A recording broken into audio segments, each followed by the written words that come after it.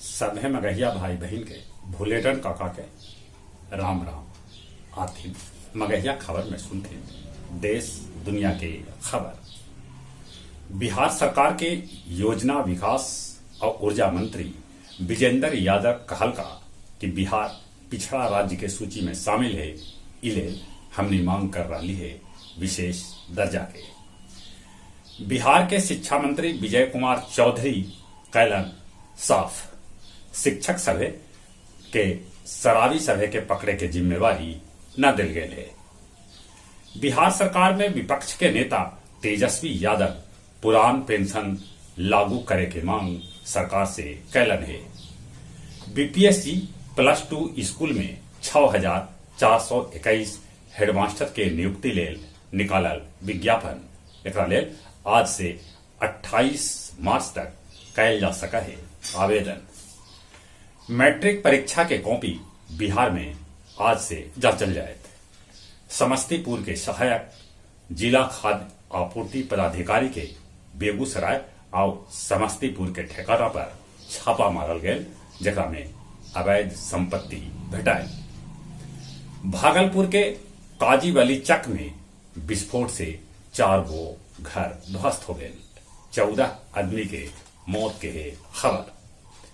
रूस और यूक्रेन के बीच युद्ध के आज 10वां दिन है। यूक्रेन के परमाणु षड्यंत्र पर रूस जमौलक कब्जा। पाकिस्तान के पेशावर में शिया मस्जिद में एगो बम धमाका हुए, जकरा में 56 से बेसी आदमी के मौत के है खबर। कुछ लोग कर रहलन है दावा कि देश छोड़ के पोलैंड भाग गलन है यूक्रेन के राष्ट्रपति जेलेंस्की। अब बोधगया के महाबोधि मंदिर में 24 घंटा 300 से बेसी पुलिसकर्मी पहरेदारी में तैनात रहतन। गया कॉलेज गया के प्रेमचंद सभागार में सशस्त्र सेना झंडा दिवस के अवसर पर मनावल गए एक शाम शहीदों के नाम। बेलोरो से 504 बोतल विदेशी दारू गया के पुलिस जब्त कैल। अब कुछ खेल के समाचार।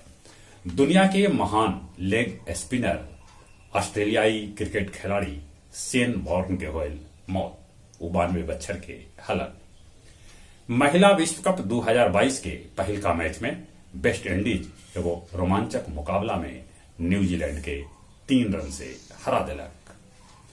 अपन 100वां टेस्ट खेल रहल विराट कोहली पहिलका पारी में बनौलन 45 रन। भारत बनौलक 6 विकेट पर 357 रन।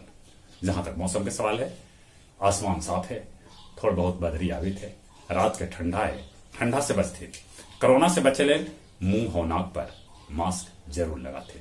चले अपने सभी के एक बेर फिर से भूलेटन काका के राम राम।